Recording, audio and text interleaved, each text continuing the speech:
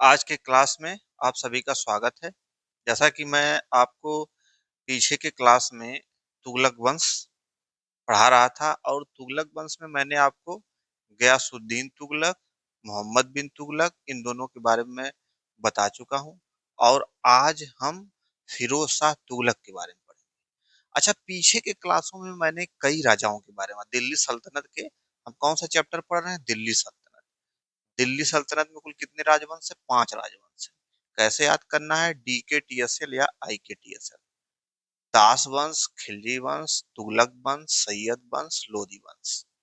तो अभी हम तुगलक वंश के बारे में पढ़ रहे हैं। तुगलक वंश में भी हम फिरोज शाह तुगलक के बारे में आज हम पढ़ेंगे।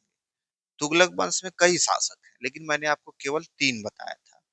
कैसे याद करने के लिए? GMF ऐसे मैंने बताया था।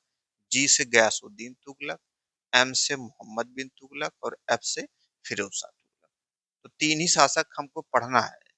हैं तो कई शासक, लेकिन महत्वपूर्ण 3 शासक हैं।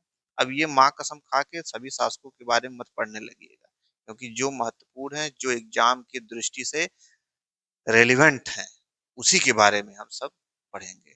तो फिरोज शाह तुगलक के अच्छा, मैंने जितने भी शासक के बारे में बताया अब तक, जैसे अलाउद्दीन खिलजी के बारे में बताया, बलबन के बारे में बताया, मोहम्मद बिन तुगलक के बारे में बताया, तो अब तक मैंने क्या तरीका अपनाया कि जैसे कोई भी शासक मैंने उठाया, उसकी हम लोगों ने फिलॉसफी और उसकी आइडियोलॉजी, मैंने उसका हम लोग दो पक्ष जाना, आइडियोलॉजी और फिलॉसफी। इन्हीं दोनों से हम सारे शासकों को पढ़े। जैसे अब इससे आपसे पूछा जाए क्वेश्चन कि सबसे बड़ी सेना किसकी थी, तो आपके दिमाग में तुरंत क्लिक करना चाहिए कि भाई जो पूरे विश्व पे जीतना चाहेगा उसी के पास तो सबसे बड़ी सेना रहेगी, अलाउद्दीन खिलजी। तो आइडियोलॉजी को समझिए। अब पूछा जाए कि दीवाने अर्ज विभाग, सैन्य विभाग किसने बनाया? दिल्ली सल्तनत का वास्तविक संस्थापक कौन था? इल्तुतमिश। क्यों कहा जाता है इल्तुतमिश को दिल्ली सल्तनत का वास्तविक? ये तमाम चीजें हम बता चुके।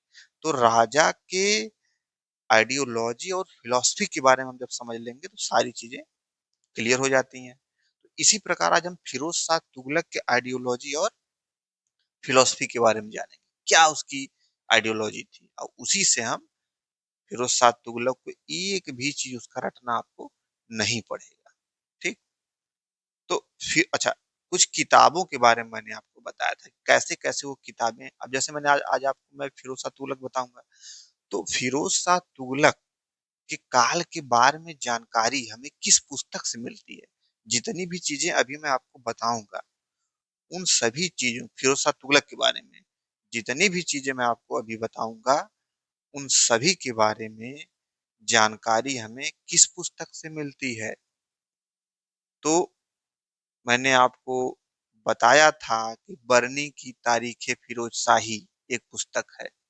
क्या मैंने बताया था? अच्छा, मैं आपको थोड़ा सा पीछे से ले चलता हूँ। कुल 3 पुस्तकों के नाम आपको जानने हैं दिल्ली सल्तनत में। 3 पुस्तकों के कैसे है, थोड़ा सा इसको समझ लीजिए, फिर आगे बढ़ते हैं। जैसे जैसे पहली पुस्तक थी ऐबक से लेके, कुतुबुद्दीन ऐबक से लेके कहाँ तक? ऐबक से लेके नासिरुद्दीन महमूद तक। नासिरुद्दीन महमूद तक।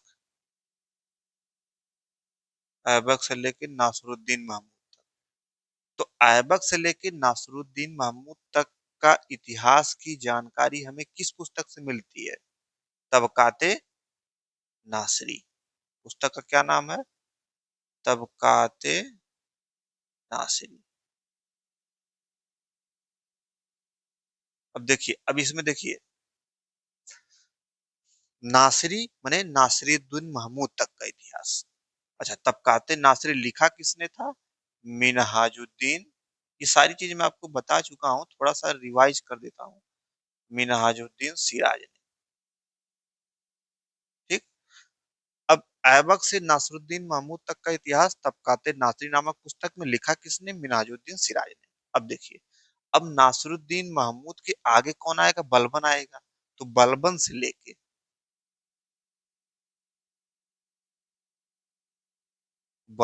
लेके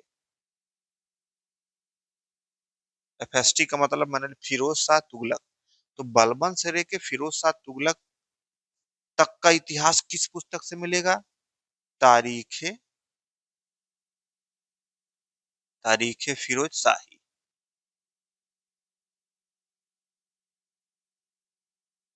तारीख फिरोज शाही। अच्छा, फिरोज शाही माने फिरोज शाह तुगलक तक। अच्छा, इसको लिखा किसने है? बर्नी। लिखा कौन है? बर्नी। तो बलबन से लेके फिरोज शाह तुगलक तक का इतिहास तारीख फिरोज शाही बर्नी। अच्छा, फिरोज शाह तुगलक ने अपनी एक पुस्तक आत्मकथा एक तरह से कह लीजिए लिखी है। क्या नाम है उसका? फुतुहाते। फुतुहाते फिरोज शाही।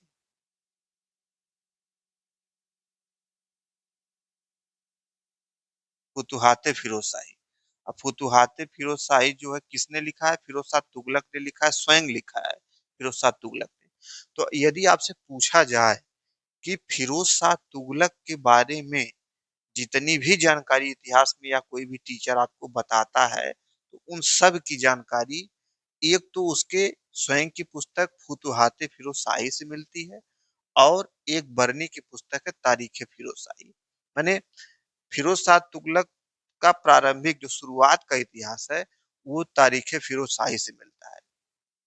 अब फुतुहाते फिरोज शाही यानी कि दो साहित्यिक स्रोत हैं। फिरोज शाह तुगलक के बारे में जानकारी के दो प्रमुख साहित्यिक स्रोत हैं। एक इसकी स्वयं की आत्मकथा फुतुहाते फिरोज शाही, एक तारीख फिरोज शाही बरनी की तारीख फिरोज शाही। और इसी के आगे मैं एक और पुस्तक बताऊंगा, वो तीसरी पुस्तक है। वो सैयद वंश के बारे में आपको, सैयद वंश के इतिहास के बारे में जानकारी देगी। क्या नाम है उस पुस्तक का? तारीख मुबारक शाही। तारीख मुबारक शाही। तारीख मुबारक शाही। ये किस किस किसके बारे में देगी? सैयद वंश के बारे में। इस पुस्तक से सैयद वंश के बारे में जानकारी मिली। हालांकि अभी जब सैयद वंश बताऊंगा तो मैं ये बताऊंगा। अच्छा, इसको लिखा किसने है तारीख फिरोज शाही को? लिख लीजिए इसको, मैं जो बोला, याहिया बिन अहमद सरहिंदी। सरहिंदी इसने लिखा है, ठीक। तो अभी हम फिरोज शाह तुगलक के बारे में पढ़ेंगे। तो फिरोज शाह तुगलक के बारे में मैं जितनी भी चीजें आपको अभी बताऊंगा वो दो पुस्तकों से प्राप्त हुई है। एक तो बरनी की तारीख फिरोज शाही से, दूसरा फुतुहाते फिरोज शाही से। फुतुहाते फिरोज शाही फिरोज शाह तुगलक ने स्वयं लिखा है, और तारीख फिरोज शाही जो है बरनी ने लिखा है। तारीख फिरोज शाही से फिरोज शाह तुगलक के प्रारंभिक इतिहास के बारे में जानकारी मिलती है, और फुतुहात फिरोज शाही से और भी इतिहास की जानकारी मिलती है। तो ये तीन पुस्तक आपको दिल्ली सल्तनत के बारे में जानना है, ये यही क्रम भी है। इसी क्रम से ऐबक, बलबन, तारीख तबकाते नासरी, तारीख फिरोज शाही और तारीख मुबारक शाही, ये क्रम है। एक इसी क्रम से एग्जाम में क्वेश्चन भी पूछ सकता है। तो फिरोज शाह तुगलक के बारे में आप जान गए कि अभी मैं आपको जितनी भी चीजें फिरोज शाह तुगलक के बारे में बताऊंगा वो किस किस पुस्तक से मिलती है। तो ये तो आपको अब क्लियर हो गया होगा कि, कि अभी हम जो भी पढ़ेंगे फिरोज शाह तुगलक के बारे में, उन सभी की जानकारी मैं कहाँ से लाया हूँ? इन्हीं दो पुस्तकों से लाया हूँ। या जो भी इतिहासकार या टीचर आपको फिरोज शाह तुगलक के बारे में बताते हैं वो इन्हीं पुस्तकों से ही बताते हैं। इन्हीं पुस्तकों से ही इतिहास पे लिखा गया है। किसका? एफएसटी, फिरोज शाह तुगलक का। तो आइए हम फिरोज शाह तुगलक को स्टार्ट करते हैं। फिरोज शाह तुगलक को मैं शॉर्टकट में एफएसटी लिख देता हूँ। इससे आपको कोई दिक्कत दिक्कत तो नहीं होनी चाहिए। फिरोज शाह तुगलक। अब फिरोज शाह तुगलक को दिल्ली सल्तनत का सबसे कट्टर शासक कहा जाता है। यानी कि दिल्ली सल्तनत का सबसे कट्टर शासक कौन है? फिरोज शाह तुगलक। अच्छा, कट्टर का मतलब क्या? कट्टर का मतलब आप ये ना समझ लीजिएगा कि मार काट बहुत करता था, नहीं। कट्टर का मतलब है कि धार्मिक रूप से कट्टर, यानी इंग्लिश में कहिए तो ऑर्थोडॉक्स, रूढ़िवादी टाइप। यानी क्या? यानी कि जो शरीयत जो शरीयत में जो लिखा है उसको बड़ा स्ट्रिक्टली फॉलो करता था, बड़ा स्ट्रिक्टली फॉलो, बड़ा उत्साहित रहता था शरीयत के नियमों को फॉलो करने में। ठीक। तो धार्मिक रूप से कट्टर, रूढ़िवादी या ऑर्थोडॉक्स। तो अच्छा, अब आपके दिमाग में ये भी आ रहा होगा कि अगर कोई कोई भी शासक शरीयत को बहुत स्ट्रिक्टली फॉलो कर रहा है, तो आपके दिमाग में जैसा आ जाता है कि अगर स्ट्रिक्टली फॉलो कर रहा है यानी कि जरूर कुछ ना कुछ गड़बड़ करेगा। ऐसा नहीं सोचना है कि जो शरीयत के नियमों का पालन फॉलो करता है वो हमेशा गलत ही सोचता है, नहीं। क्यों? क्योंकि इसने फिरोज शाह तुगलक ने 24 प्रकार के करों को माफ किया, शरीयत के नियमों को पालन करते हुए ही 24 प्रकार के करों को माफ किया। तो क्या मैंने लिखूं यहाँ पे? तो लिख लीजिए, धार्मिक दिल्ली सल्तनत का कट्टर या धार्मिक रूप से कट्टर, धार्मिक रूप से कट्टर या रूढ़िवादी कह लीजिए, या ऑर्थोडॉक्स इंग्लिश में कह लीजिए, ऑर्थोडॉक्स। तो ये शरीयत के नियमों को फॉलो करता था, बड़ा स्ट्रिक्टली फॉलो, बड़ा उत्साहित रहता था।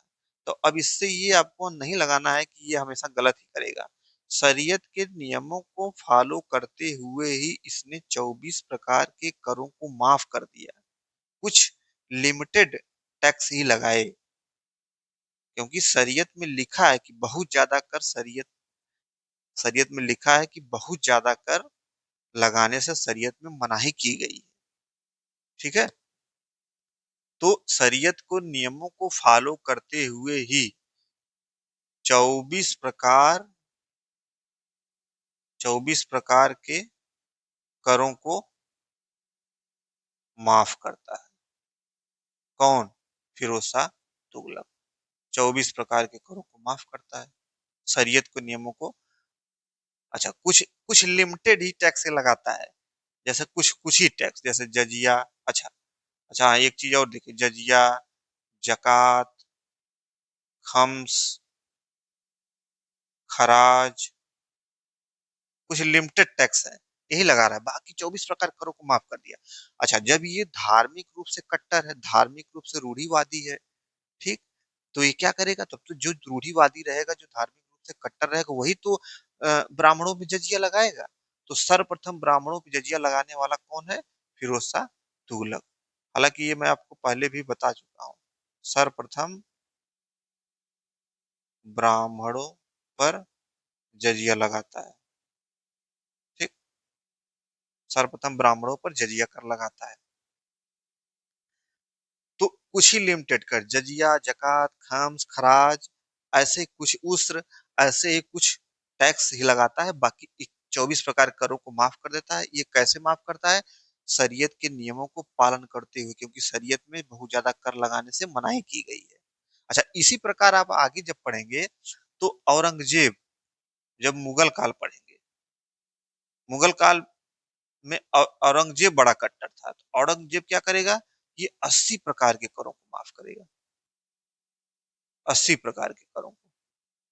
मैं तुलना करके थोड़ा सा बता दिया कि आपको जो कट्टर रहेगा वो ऐसे ही काम करेगी। औरंगजेब 80 प्रकार के करों को माफ करेगा। ठीक है। तो ब्राह्मणों पर भी जजिया फिरोज शाह तुगलक लगाएगा, क्यों? क्योंकि सर्वाधिक कट्टरवादी रूढ़िवादी है। ठीक। अब आइए हम थोड़ा सा, अच्छा, फिरोज शाह तुगलक को दिल्ली सल्तनत का अकबर भी कहा जाता है, दिल्ली सल्तनत का अकबर भी कहा जाता है, क्यों? आइए हम इसको थोड़ा अच्छे से समझते हैं, तुलना करके कंपैरेटिव स्टडी करेंगे, किसकी किसकी? फिरोज शाह तुगलक की और अलाउद्दीन खिलजी की। इन दोनों की जब हम कंपैरेटिव स्टडी करेंगे, इसी कंपैरेटिव स्टडी से आपको पता चलेगा कि इसको दिल्ली सल्तनत का अकबर क्यों कहा जा रहा है। अल्फिस्टन नाम के इतिहासकार, उन्होंने इसको दिल्ली सल्तनत का अकबर कहा है। ठीक। आइए उसको हम समझते हैं। जो जो मैं मौखिक रूप से मैं बोल रहा हूँ उसको आपको दिमाग में रखना है, मेरे द्वारा जो बोला जा रहा है वो बड़ा महत्वपूर्ण है, उसको आपको दिमाग में रखना है। अच्छा, तो अब आइए थोड़ा-सा समझते हैं कि दिल्ली सल्तनत का अकबर कहते हैं तो तुलना करके थोड़ा समझते हैं। मान लीजिए कि ये अलाउद्दीन कौन है?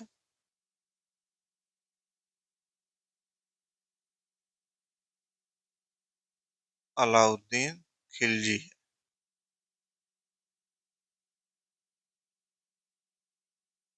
ये अलाउद्दीन खिलजी है और ये आपका क्या हो गया?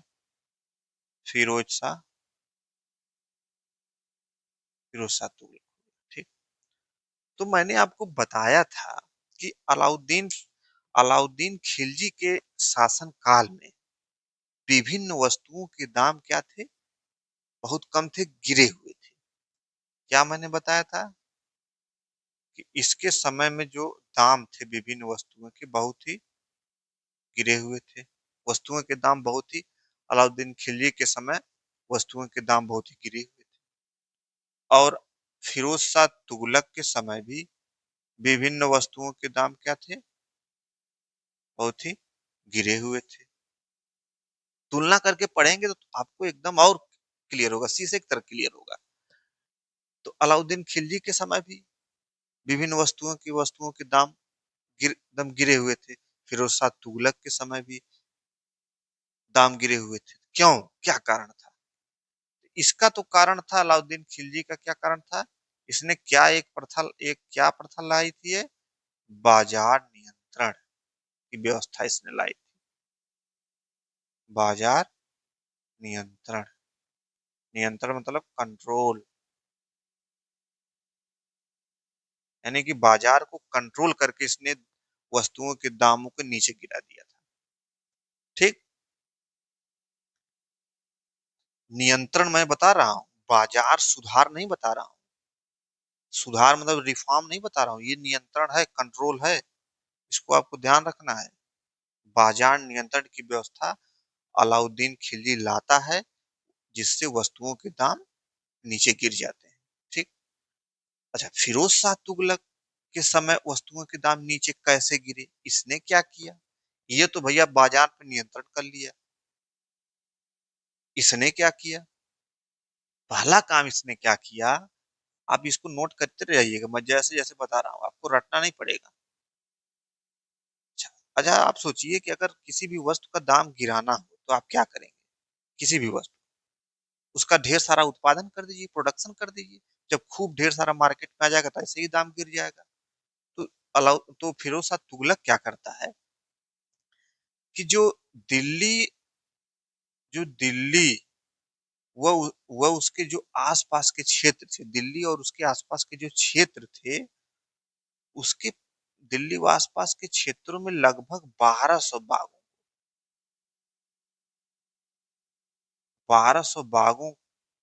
को लगवाया। 1200 बागों को लगवाया दिल्ली व आसपास के क्षेत्रों में, लगभग 1200 बागों को लगभग 1200 बागों को लगवाया। अच्छा, इसमें इस बागों में अंगूर के भी वृक्ष थे। किसके? अंगूर के भी वृक्ष थे, पेड़ थे, अंगूर के भी पेड़ थे। अच्छा। अच्छा, 1200 मैंने बता दिया। अब किसी किसी किताब में 1199 दिया है, किसी किसी में 1201 दिया है। तो अब आप कहेंगे सर जी आपने 1200 बताया था। अरे भाई, एग्जाम में आपसे 1200 पूछेगा ही नहीं। ऐसा नहीं क्वेश्चन पूछेगा कि भाई बताइए कि कितने भागों को 1201, 1199, 1202, ऐसा नहीं पूछेगा। ये मैं आपको एक जानकारी के लिए बता दिया, ऐसा क्वेश्चन आएगा ही नहीं। ठीक। तो 1200 बागों को इसने लगवाया।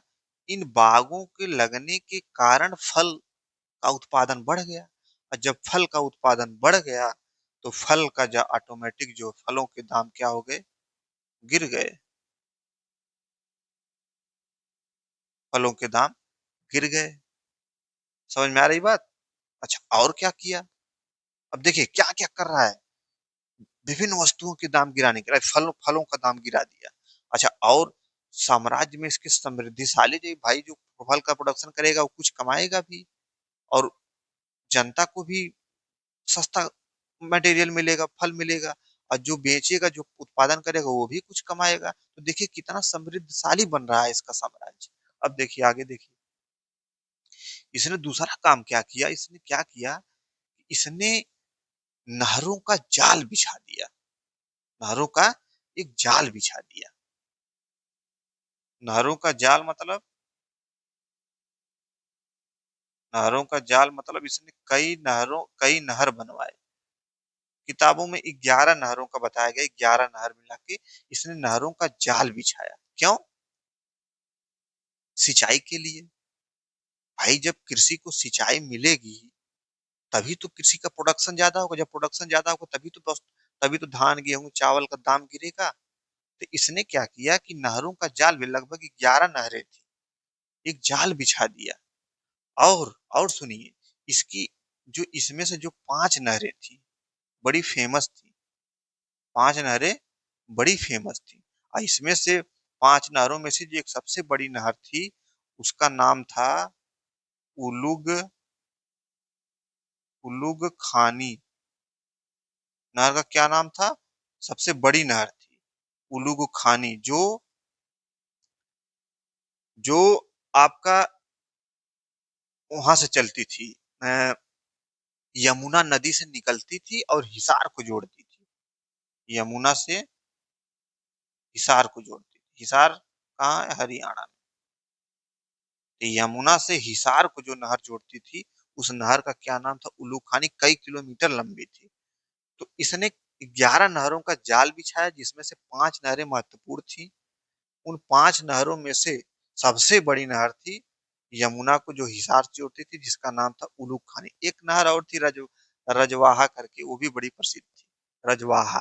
ठीक। अच्छा, अब इसमें एक क्वेश्चन मैं आपसे पूछता हूँ कि ये तो नहरों का जाल बिछा दिया, तो भाई जो नहरों का जाल बिछाएगा वही तो सिंचाई कर लाएगा। जो नहरों का जाल बिछाएगा जिसके पास, अब अच्छा, नहरों का शुरुआत किसने की थी? ये अलग पॉइंट हो गया। नहरों के बनाने की शुरुआत किसने की थी? मैं आपको बताया था, नहरों का प्रारंभिक निर्माण किसने करवाया, किसने शुरुआत की? इसके पहले का शासक गयासुद्दीन तुगलक ने। तो अगर ये क्वेश्चन आपसे ये पूछा जाए कि नहरों का सर्वप्रथम नहरों का निर्माण किसने करवाया, शुरुआत किसने की, तो आप क्या बताएंगे? गयासुद्दीन तुगलक। लेकिन ये फिरोज शाह तुगलक क्या करता है कि नहरों का जाल बिछा देता है। और जब जाल बिछाएगा तो यही तो एक नया कर लाएगा जिसको सिंचाई कर कहेंगे हिंदी में, और फारस में, फारसी में क्या कहेंगे?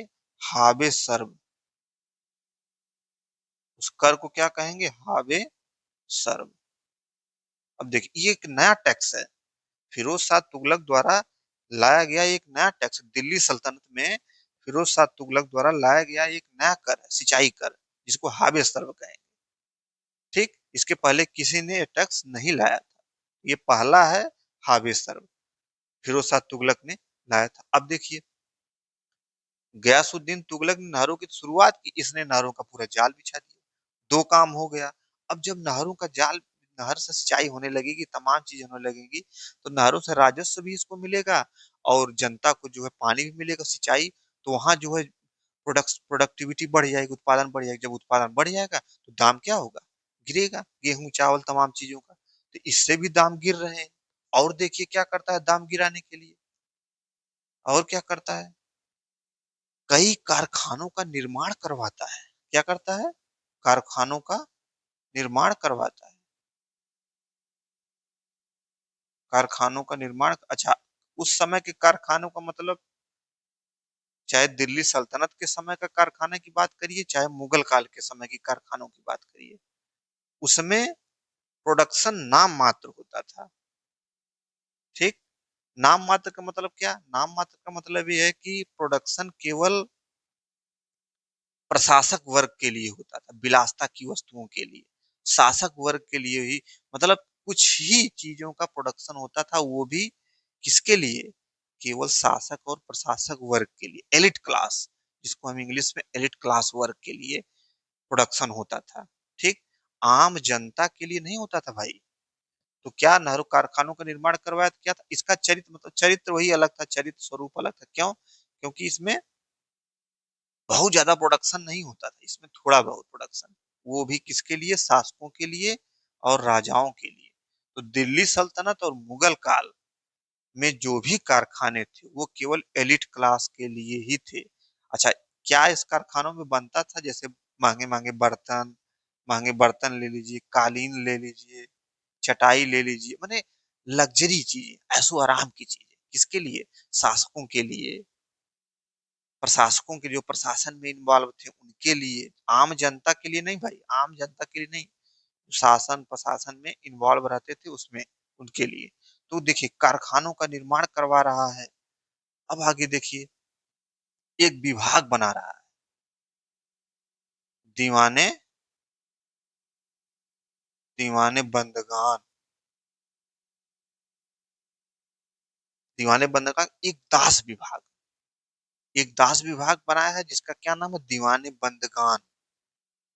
ल- आ- विभाग ही नहीं बना रहा है, दास ही नहीं, इन दासों को प्रोफेशनल, बाकायदे प्रोफेशनल ट्रेनिंग दे रहा है, व्यवसायिक प्रशिक्षण दे रहा है, और व्यवसायिक प्रशिक्षण दे के इनको तमाम कामों में को डिप्यूट कर रहा है।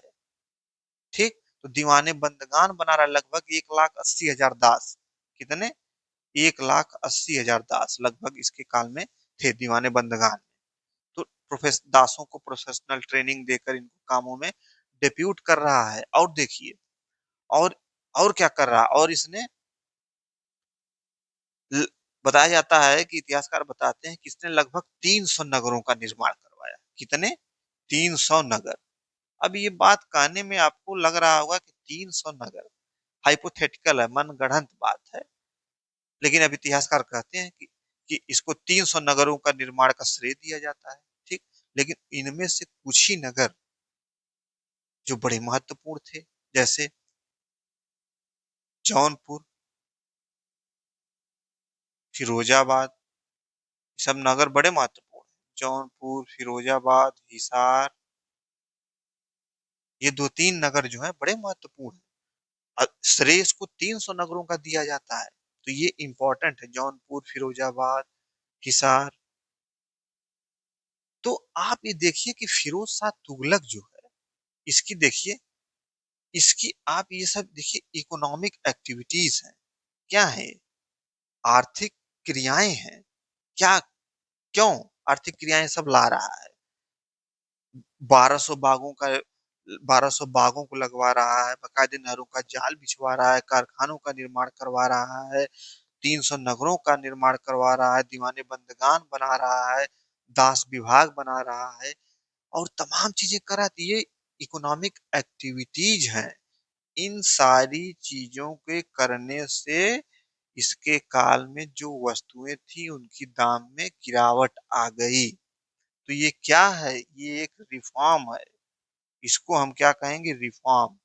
इकोनॉमिक एक्टिविटीज में इसको हम क्या कहेंगे? रिफॉर्म। भाई इसको हम रिफॉर्म नहीं कहेंगे भाई कि ये इसको रिफॉर्म, इसको हम क्या कहेंगे? कंट्रोल। क्योंकि इसने पूरे बाजार को कंट्रोल करके एक एक तरह से कहिए कि निगेटिव अप्रोच था इसका। अलाउद्दीन खिलजी का निगेटिव अप्रोच था, और फिरोज शाह तुगलक का क्या था? पॉजिटिव अप्रोच था कि उत्पादन बढ़ाया जाए, प्रोडक्शन बढ़ाया जाए, जिससे वस्तुओं के दाम क्या हो? गिर जाए। तो ये फिरोज शाह तुगलक की सभी इकोनॉमिक एक्टिविटीज हैं। और देखिए और क्या क्या कर रहा है, दीवाने बंदगान बनाया, फिर और कई विभाग बना रहा है। फिरोज शाह तुगलक ने कई विभाग बनाए, जैसे दीवाने बंदगान, दीवाने खैरात, और लिख देता हूं मैं, दीवाने खैरात, दीवाने इस्तिहाक, दारुल सफा, निकाह दफ्तर, ये सब मैं अभी आपको बताऊंगा, सब आपको नोट करवा दूंगा। दीवाने खैरात मतलब खैरात में कोई चीज है उसका एक विभाग, इस्तिहाक पेंशन विभाग, पेंशन के लिए, दारुल सफा औषधालय के लिए, निकाह दफ्तर शादी विवाह के लिए। तो ये तमाम विभाग बना रहा है वो। ये आप इसको देख के आप क्या कर सकते हैं, ये सोशल वेलफेयर, सोशल वेलफेयर की व्यवस्था है ये। सामाजिक, सामाजिक, ये सामाजिक वेलफेयर है। इससे आपको पता चलता है कि सामाजिक वेलफेयर है। अच्छा, अब आप देखिए कि इसने नहरों का जाल बिछा है, नहरों के जाल के बिछाने इसने एक नया कर लाया हावे सर, जिसको सिंचाई कर कहते हैं, दिल्ली सल्तनत का में एक नया कर है हावे सर। 21 प्रकार के करों को इसने 24 प्रकार के करों को इसने माफ कर दिया। कुछ लिमिटेड ही टैक्स लगाए, कुछ जैसे जकात, जजिया। पहली बार ब्राह्मणों पर जजिया फिरोज शाह तुगलक लगाता है, क्यों? क्योंकि सर्वाधिक कट्टर है। ये तमाम चीजें कर रहा है, अपना उत्पादन बढ़ा रहा है, जिससे वस्तुओं के दाम गिरे, इकोनॉमिक एक्टिविटीज कर रहा है। इसकी अप्रोच निगेटिव है, इसकी अप्रोच क्या है? पॉजिटिव है। तो अर्थव्यवस्था में सुधार किसको कहा जाता है? जिसमें प्रोडक्शन करके वस्तुओं के दामों में गिराया जाए, वो सुधार है।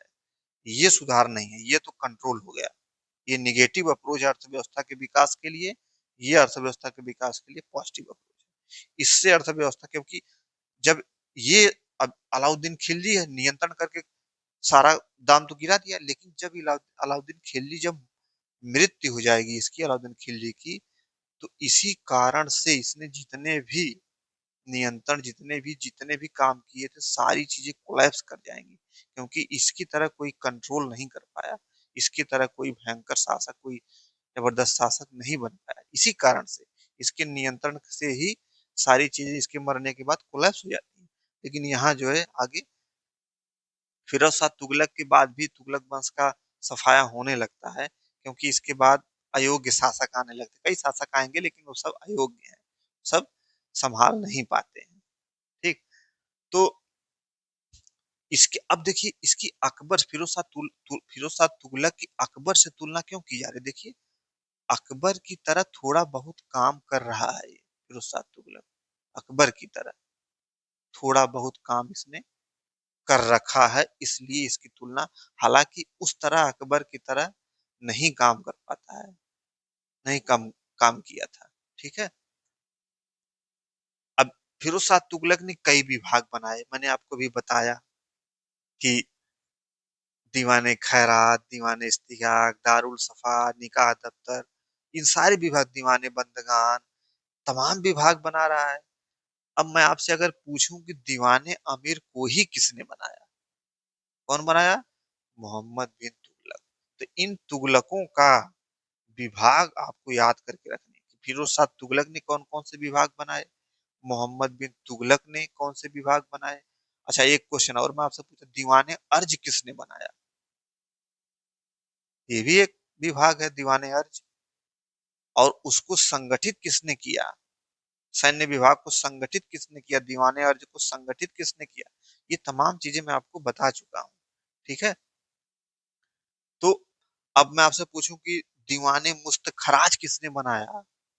मुस्तखराज मतलब समझ रहे हैं? जो बकाया राजस्व अलाउद्दीन खिलजी ने बनाया, जो बकाया राजस्व था, जिसको हम गांव में फादिल फादिल नहीं कहते हैं कि ये चीज फादिल हो गई, यानी कि जो ज्यादा फाजिल, फाजिल भू राजस्व को हम क्या कहते हैं? फाजिल। और इसके लिए कौन सा विभाग बनाया था अलाउद्दीन खिलजी ने? दीवाने मुस्तखराज। तो तुगलकों का सारे विभाग को आपको दिमाग में रखना है। मैं अभी उसकी स्लाइड आपको लिख के अभी आपको उपलब्ध करा दूंगा, सारी चीजें पहले आप इसको समझ लीजिए, सारी चीजें मैं आपको अभी दिखाऊंगा। ठीक है। तो अब आपको लगभग लगभग ये चीज समझ में आ गई होगी कि ये कैसा था, फिरोज शाह तुगलक कैसा था, ये चीज आपको समझ में आ गई होगी। तो अब आइए, जितनी चीजें मैं आपको अभी तक बताई हैं, उन सारी चीजों के बारे में आइए हम बोर्ड पे उसको देख लेते हैं, और आप उसको नोट भी कर लीजिए। FST, FST, फिरोज शाह तुगलक, कुछ और मत समझ लीजिएगा। फिरोज शाह तुगलक, इसका टोटल वर्ष 1351 से 1388 तक इसने शासन किया। ठीक। अभी इसको रटने मत लगिएगा कि 1351 से 1388, रटना नहीं है, मैंने आपकी जानकारी के लिए लिख दिया है। ठीक। आइए इसको देख लेते हैं। अच्छा, इन्होंने 2 बार खिल्लत प्राप्त की। मिस्र के खलीफा से फिरोज शाह तुगलक ने 2 बार खिल्लत प्राप्त की। क्यों?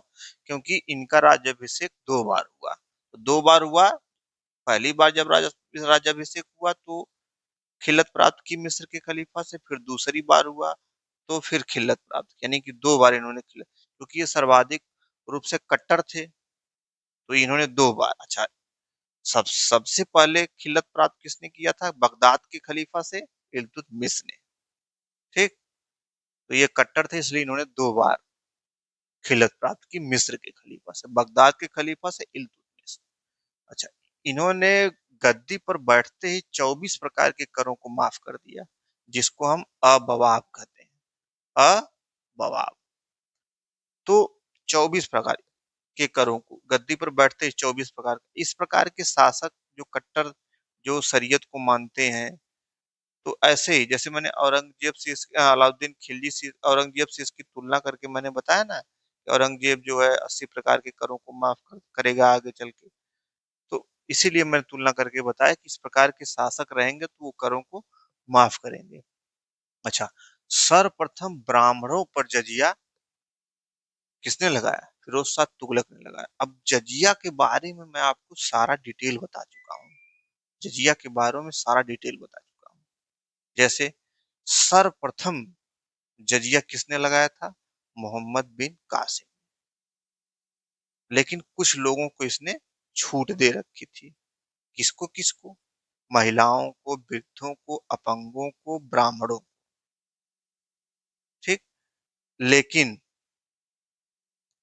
महिलाओं को, वृद्धों को, अपंगों को, बच्चों को, ब्राह्मणों को, इन्होंने मोहम्मद बिन कासिम ने इतने लोगों को छूट दे रखी थी। लेकिन ब्राह्मणों पे ये फिरोज शाह तुगलक आके ब्राह्मणों को जजिया, सर्वप्रथम जजिया लगा देगा। फिर इसके बाद अकबर भी जजिया, फिर इसके बाद पहली बार जजिया माफ कौन करेगा? ये क्वेश्चन एक आ सकता है। तो कौन करेगा? जैनुल आबादीन। आगे मैं भी बताऊंगा। जैनुल आबादीन को अकबर भी कहा जाता है, लेकिन कश्मीर का अकबर है वो।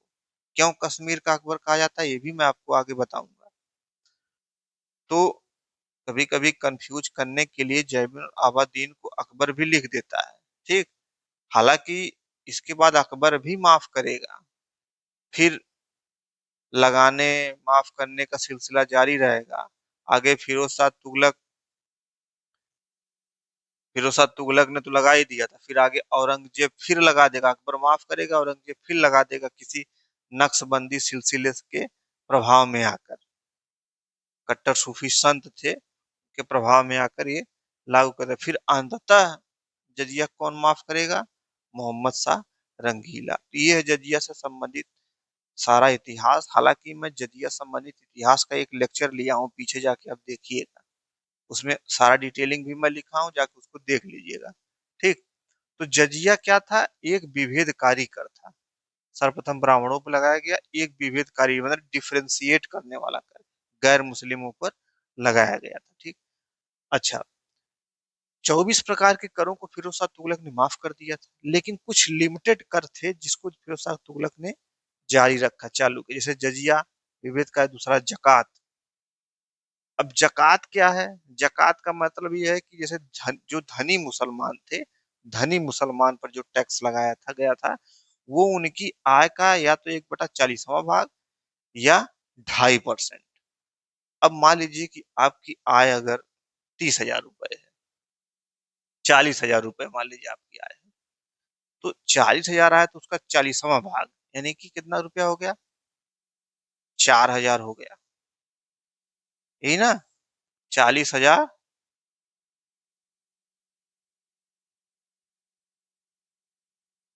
बटा 40, 4,000, यानी कि 40,000 रुपए आप कमा रहे हैं, 4,000 आपको जकात देना पड़ेगा। किसको?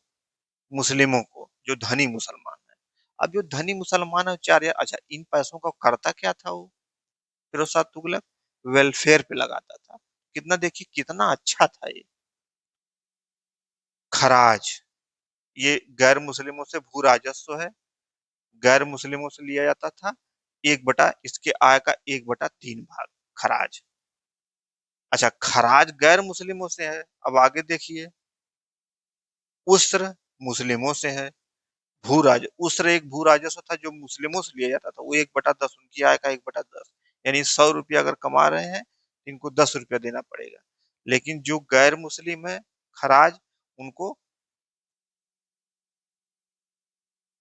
100 रुपया कमा रहे हैं तो कितना देना पड़ेगा? 33 रुपया। तो देखिए इन दोनों में भी डिफरेंस है, गैर मुस्लिम और मुस्लिम। गैर मुस्लिम से 1/3, मुस्लिम से 1/10। नाम क्या है? दोनों भू राजस्व है। एक का नाम उस्र रखा गया है, एक का नाम खराज रखा गया है। ठीक। तो यहाँ भी डिफरेंशिएट है इसी, क्योंकि ये थोड़ा कट्टर था इसलिए थोड़ा विभेद करता था ये। ठीक। खम्स। अच्छा, खम्स के बारे में आपको पहले भी बता चुका हूँ। खम्स कहीं कहीं लिखा है, कहीं कहीं खुम्स भी लिखा रहता है। ठीक। तो इसने क्या किया, फिरोज शाह तुगलक ने, खुम्स मतलब सैनिकों द्वारा लूटा हुआ माल। तो जब सैनिक माल लूट कर लाते थे तो उसका 80% इसने क्या किया कि 80% सैनिकों को दे दिया, 20% स्वयं रख लिया। अगर आपसे पूछा जाए कि किसने खुम्स का 80% किस शासक ने स्वयं रख लिया, कौन था वो? अलाउद्दीन खिलजी था।